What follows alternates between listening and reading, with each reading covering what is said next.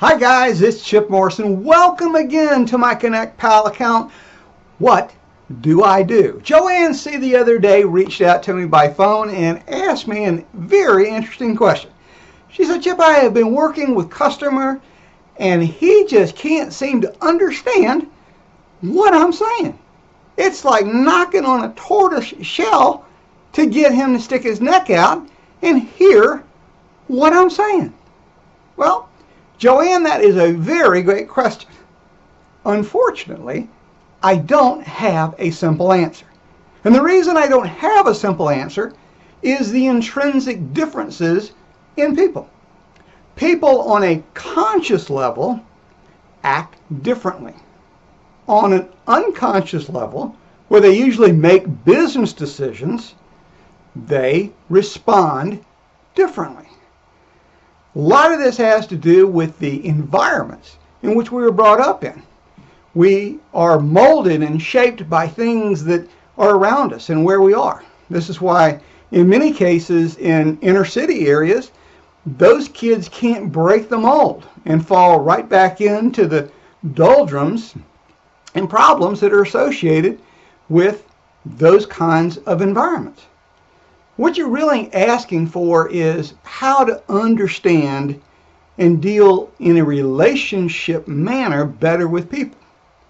What I can do, at least in this session, is to be able to share with you and my other subscribers the ability to help you become more bonding and relationship driven as an individual so that ultimately your message would be understood, heard, and acted upon.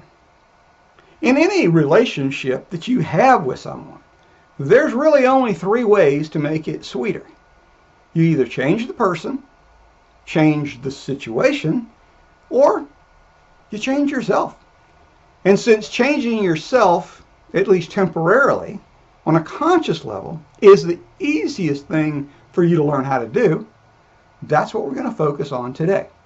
Now, if you don't know already, anytime you sit down with me on ConnectPal, you need to have a pen and piece of paper handy because I'm going to cover a lot of great material that you later want to go back and review. So if you don't have that pen and piece of paper, I'll wait. You got it? Let's move on. Now, fortunately, in people dynamics, myself and other psychologists have put them into four basic categories. Just four. What I want you to do is take out a clean sheet of paper. And on that clean sheet of paper, I want you to draw a big square box. And in that box, I want you to draw a vertical line right through the center of that box, right in the middle. And the line needs to extend above and below the box. I also want you to draw a horizontal line through the box. Again, extending beyond the limits of the box.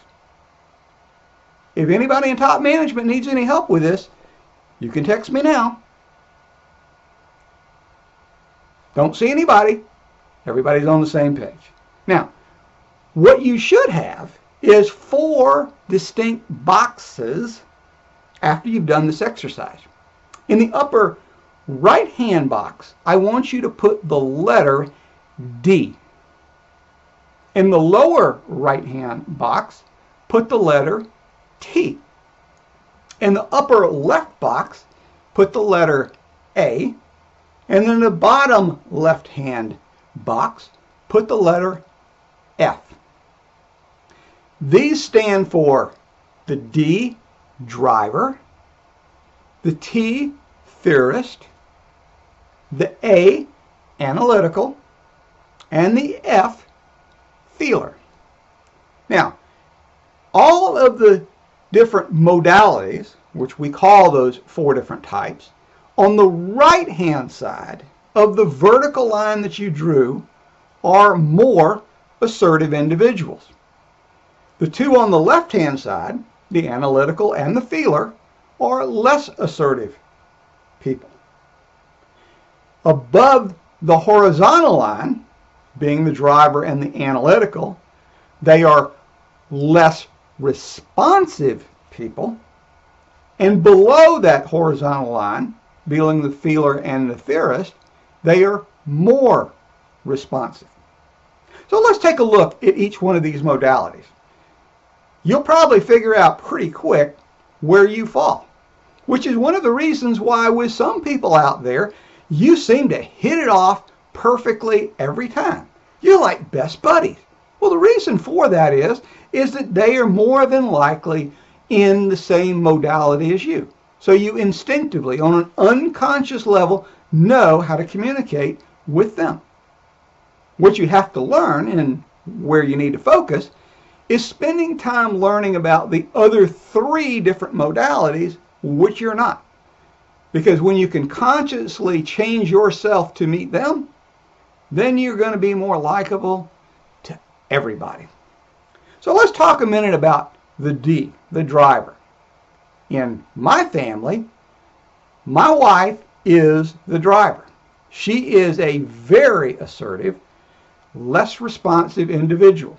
If by chance she is behind you at a traffic light and you are making a left-hand turn and fail to pull into the intersection, she will honk her horn, go around you, and communicate with you in sign language in a way that you certainly will understand what she's saying, while she happily drives past you. This is the driver. The driver is very intimidating. Their eyesight is intimidating. When you deal with a driver, you need to understand everything in their life is focused in the present moment. Not what happened yesterday, not what happens tomorrow. Present moment. My driver wife taught me some things about life, about how to learn to get the most out of every day. Very unique. When we'd play golf together, I sometimes would focus on getting better at golf. And she says, why don't you just enjoy playing with me? And she had a point. And her point was, why am I not enjoying the moment of spending time with her? Drivers are very difficult people sometimes when it comes to the business world because they're not people oriented. They are end result oriented. You can always tell a driver when you walk into their office and they have 2 chairs in front of their desk and their chair behind the desk sits higher than the other 2. Or they have plaques and awards on the wall to let you know how important they are. The important thing in dealing with the driver is to know that they want, bottom line, your best option on anything.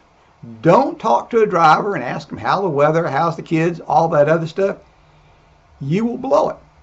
All they care about is the one option. If you have 3 different things that you think are good for them, product-wise, service-wise, forget the other 2. Give them your best shot. You can always tell a driver too, because they're time sensitive and focused in the present moment, they're always saying things like, you've got 5 minutes. Again, very time sensitive to the moment. So give them your best shot, focus on the bottom line, get in and out as quickly as you can. Let's talk about the theorist. In our family, I'm the theorist. I am a more assertive person like my wife, the driver, but I am a more responsive individual.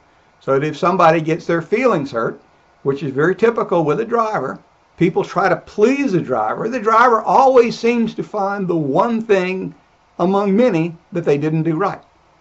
So therefore, on the people side, I'm the one that props people up, makes them feel a whole lot better when it's all over and said and done with.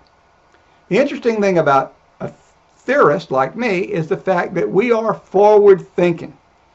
Our focus, unlike the driver in the present, our focus is in the future. We're always looking ahead. That's why a theorist can have a great strategic plan. I can tell you where we are now, where we're going to be 3 years from now, where we're going to be 5 years from now. My driver wife, I have to make sure that her car keys, her phone, and her sunglasses are where she can find them. because some days she'll just be so focused on what she's trying to do, she has no idea where she's placed them. But because I live with the driver, it's up to me to be able to take care of her and to make sure, being the forward-thinking person in the family, that she has these things constantly available and at her disposal. What we as theorists like is things that are unique, things that are dynamic, things that are different. We love technology, okay? The driver likes one option. We like options, okay? We like to see that we have different things and choices that we can, paths that we can go down. Let's talk about the analytical.